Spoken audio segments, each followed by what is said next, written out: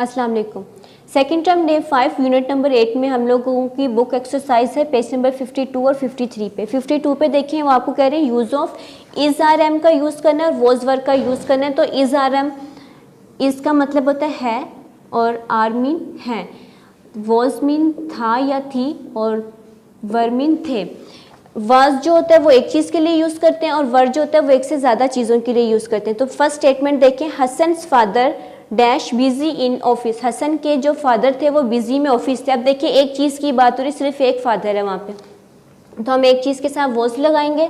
अब second statement देखें, Hasan's grand parents happy to see him. Grand parents के साथ ऐसा यानी कि वो ज़्यादा की बात कर रहे हैं, तो हम लोग यहाँ पे लगाएंगे वर्ब पैटिक। थर्ड है जैन इल, जैन बीमार है। एक की बात हो रही है, सिर्फ एक जैन है, तो एक के साथ हम लोग हमेशा इसका यूज़ करते हैं।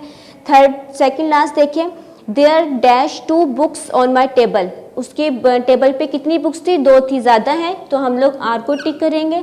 लास्ट में देखें, द फ्लावर्स डैश रेड। अब फ्लावर के साथ ऐसा यानी कि एक फ्लावर नहीं ज़्यादा फ्लावर है, तो हम लोग आर को टिक करेंगे।